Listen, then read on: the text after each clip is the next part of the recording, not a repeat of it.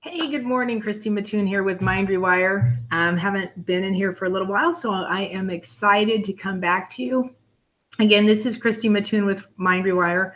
Super excited to be here with you this morning. It's beautiful outside here where I am, so I'm happy to be under warmth finally. It's been a little bit chilly here in San Francisco.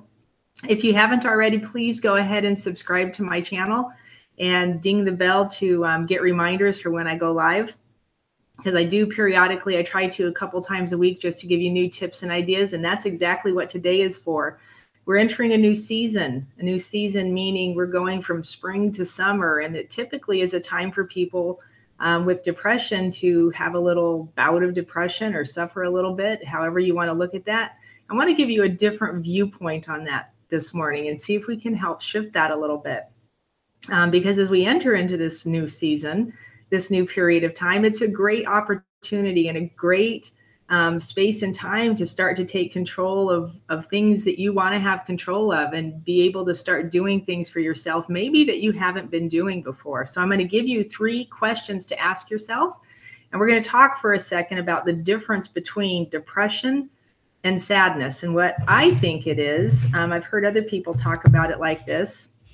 And it's just kind of an interesting difference in a way of thinking about it. So when you end up in a psychiatric office and they talk about depression, we're talking about missing chemicals inside your head. I have clients all the time telling me that their doctors have told them that they're not producing serotonin, that they're not producing some of the chemicals inside their head that they need to be to stay happy and to feel good.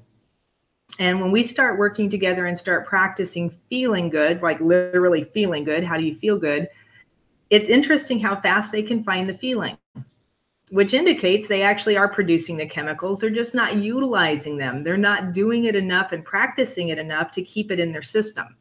What they are doing is practicing the other stuff, probably all the time, because that's the fight they have in their head. That's the thing that's going on in their life. It's the common thread between them and the world is to not feel good. It's what they've been told about themselves. You don't feel good. Right? We pat people on the back and give them a hug and, oh, I know you don't feel good. Well, let's change that. So when people tell me that, I'm like, think of something that feels good. Let's hang out in that feeling for a second. So that's the first part of this, is if you are suffering from depression and it's this constant fight for you, find something that feels good and just hang on to it. The longer you hang on to it, what you're doing is retraining your body. And that's what, at the end of the day, this all comes down to, is retraining what you were trained to do originally. If you came from a home of suffering, if you came from a home of pain, of rejection, of, I don't even know, whatever it is you came from torment, there are so many words people use for this. You have to literally retrain your system to feel different. And you literally have to turn away from that person that you were trained to be and become a new person. You can't stay that old person and expect to ever be different.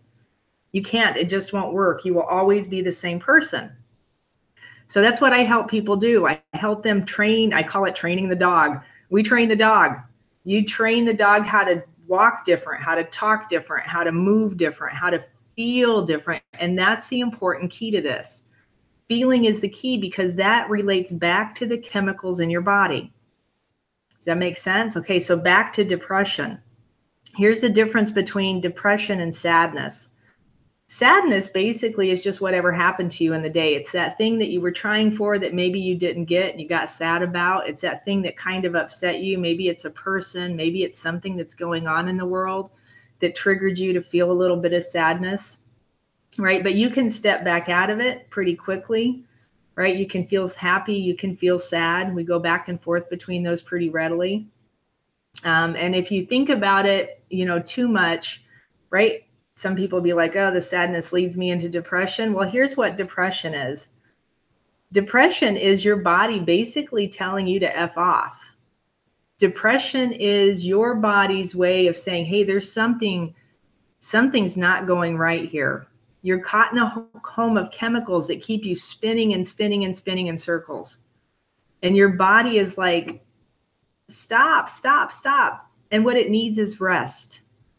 Your body needs to slow down whatever that thing is that you're putting into your system, right? So we're talking about environmental adjustments. Maybe it's an environmental attitude. Whatever that thing is that you're putting into your system or you're allowing into your system that's causing the depression, you have to take that thing out for a while. You can't keep leaving that in there and expect a different result. Does that make sense? So here's kind of an example. I have a good friend of mine right now who is, in a work situation that's not lovely. It's not a good situation. And so how this person is helping take care of themselves is by drinking, right? So he's using that to help himself feel better. And at the end of the day, it's causing physical problems in his body, swelling of his joints, arthritis kind of symptoms. It's causing all kinds of other issues going on inside of his body. In order to take care of the depression, he needs some rest. Jim Carrey called it deep rest. You need deep rest. That's what depression is. You need deep rest. Your body's screaming out for help.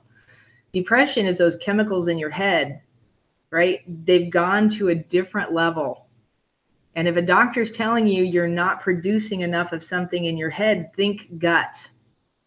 Clean your gut out, right? So I'm doing cleanses with people now. We're doing 21 sprint cleanse or 21 day sprints, cleanses, and then we do them back to back to back. And the reason we're doing that is because there's more of those chemicals produced in your gut than there is in your head. If you are stuck in depression, my first thought is always do a cleanse, clean your gut out. Let's get some of those chemicals operating and moving too, like all at the same time. While you're training the dog, while you're teaching your body a new way to feel. That new way to feel is going to drive you into different action. Every time you feel depressed, take a deep breath, resituate your body posture. Stand differently, move differently, act differently. And all of a sudden you're going to feel like a different person. And some people will say, well, that's kind of fake because that's not how I really feel. Well, in that moment, it's how you really felt. So that wasn't fake. That was you. You don't have to walk around feeling depressed. You don't. You can walk around feeling however you want to feel. It's just a matter of where you put your mind and where you take your attention. And then there you are. If I put my attention into my past and the stuff that drags me down, I would be depressed for the rest of my life. Okay, I just would. And I lived in that home for the longest time. I saw a therapist for over 8 years. I paid that man cash out of my pocket for over 8 years. I got 2 pearls of wisdom. One was keep your head on straight. I never understood what that meant. The second part was take the next step. That part made sense to me. Now what it means to me, keep your head on straight. Think something positive. Keep your head on straight. What do you want in your life? What do you want to see? What do you want to feel? What do you want to feel? What do you want your life to feel like? If you are depressed and keeping those negative chemicals in your system, know that all you have to do is think of something positive. And it's an exercise sometimes I really have to work people through. We have to go through it and go through it for a few minutes just to get them to even feel something positive because they have so lost touch with their system and their feelings that once they feel it, they're usually like, oh, that's kind of interesting. Like I didn't know you could do that. Think of something positive. Think of something that made you feel good, which is what you're doing with the negative stuff. You're all the time thinking consciously or subconsciously with something that doesn't make you feel good. And that's what's kicking those negative chemicals up in your system. Find one moment in time that just made you go, ah, and just stay there. If you notice yourself gone from there, come back to there.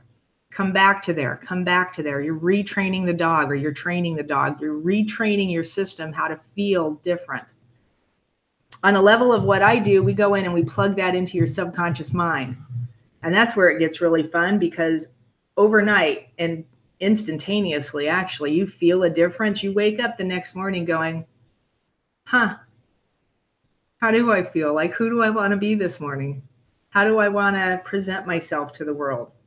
And so what I give people is 3 questions. 3 questions you can ask yourself that'll keep you rolling forward, and it'll actually give you a different way of having a dialogue with yourself. It'll give you a different way to even think about things and sort through things. So the first question I want you to ask yourself is, or the first thing, it's not even a question, these are statements, is the first thing I want you to say to yourself is, I am, ...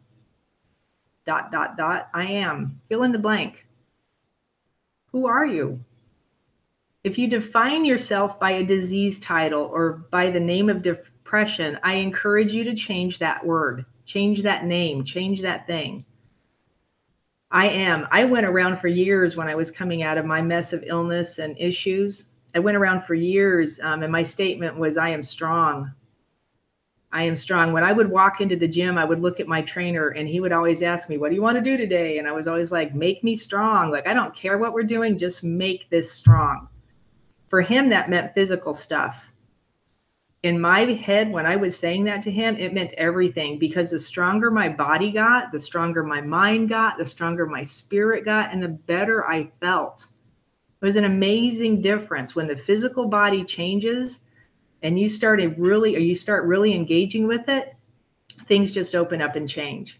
Okay, so that's the first statement. I want you to sit down. I want you to get a notebook, a little notebook, right? It doesn't have to be fancy. This was like at the dollar store. Literally, I went to the dollar store. This was $1, right? I've got 100 pages. That's 100 days of writing.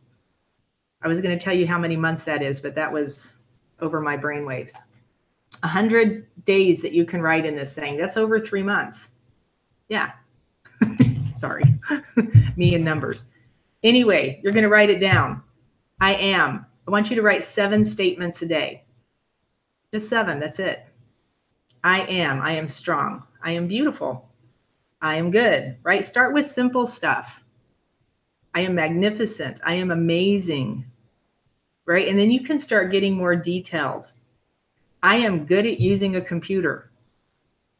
That one's still on my list. I still, in my head, when I start diving into computer stuff, I get kind of, right? So I have to tell myself that every day. What you're going to find over time is the more you say these statements, and this is a repetitivity that gets into the subconscious mind, the more you say them, you'll find them falling off your list. You'll be like, oh, I am. That's a good one. Cross that off. Put something new on the list. Every day, you're going to keep saying these statements. Every day, you're going to rewrite them. Rewrite them, right? You're going to see them visually. You're going to be writing them tactically, and then you're going to be verbally saying them, right? If they have other sensations to it, if you can find a feeling to it, when you say, I am strong, I want you to feel strength through your body. When you say, I am beautiful, I want you to feel beautiful. Feel something, right? Feel good about yourself. Because you get that dynamic part of your mind working. If you're saying something like, I am strong, but you're like, oh, not really. We tend to go down the negative road, right? So find that strength in that moment and feel it inside your body. All right. The next statement that I want you to write. So you've got I am. The next one is I release. What do you release? Take a deep breath. What do you want to release? Right? We hear people all the time saying, just let it go, but they never tell us how. Part of what I do with people on a subconscious level is go in and help take the chemical concoction off of the issue so that it's no longer an emotional issue. Now it's just a thing that happened. Now you can actually apply wisdom to that thing because you can turn around and look at it without having all the chemicals all over it. Now it's just a thing. It's not this huge emotional period of time that happened. It's just a thing. All right. For you right now, you're just saying, I release. What do you want to release? I have issues and situations from my past with different things that I'm still releasing. I release, and it's ongoing situations for me. These are situations I really have no control over. But in my heart and in my head, when I think about them too much because I have no control over it, it can send you sideways. So you have to continually remind yourself, I release that. I release that. That's not mine. I can't do anything about it. I can't do anything for it. I can't do anything with it. So I release it, right? Effectively In my head, I'm just giving it to God, right? Universe, do what you want to with it, because it's not mine anymore. I release. 7 statements, same idea. Every day, go through your 7 statements. I want you to read them, write them, say them out loud. Carry your book with you so you can go back to it a couple times a day. Just reminding yourself, who am I? What did I release? And the next statement is, I commit to. What do you commit to yourself to do, to be? What do you want to commit to yourself? This can be a tough one for people. Make something up. I don't even care. Make something crazy. I commit to be Batman. Ooh, what does Batman feel like? That would actually be a really awesome one. Commit to be Batman. What does he do? What does he feel like? What is, excuse me, what does he think inside his head? That's a really good question. Ouch. Commit. What do you commit to? So on my list right now, I'm committing to being more focused and determined inside my business. I'm really great at what I do as far as subconscious change goes. I truly believe I'm just gifted at it. It's easy for me.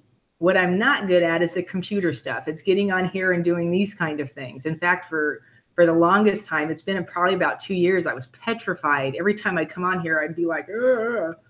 And now I'm like, whatever. And part of that was just doing it enough times that you're like, okay, like this isn't that big of a deal, right? And the comments and the commentary and the emails and the stuff I get back from people, how helpful it is just such an amazing return. So commit. What do you commit to yourself? So now you've got 3 things. It's kind of a daily task. You're going to get a notebook and you're going to write inside that notebook, I am, I release, and I commit. And then you're going to write your statements. I was actually looking for my notebook because I have one somewhere that's kind of a recurring, and it's not either one of these. I would show it to you, but it's not either one of these. These ones are actually on my next webinars. Anyway, what do you commit to? I am, I release, I commit. Every time you feel your depression, find something that makes you feel better, even if it's just a little bit better. 1 degree can make a huge difference. 1 degree of change can make a huge difference. And if you keep doing that 1 degree of change, pretty soon, instead of facing this way, you're going to be facing this way, 1 degree at a time. But you got to keep doing it. You got to keep stepping forward on your own behalf. And you got to commit to yourself to make the change. My name is Christy Mattoon. I own a company called Mind Rewire. I do subconscious change work for people all the time. I love my job. Changing people's lives and making them feel good is such a wonderful thing to do. If you need help in this, please feel free in contacting me. You can reach me. I'm sure my information's all over the place. I'm on Facebook. I'm on here. I'm on Instagram as Mind Rewire or Christy Mattoon. You can look me up either direction. Blessings and peace. And I really hope this helps you out today.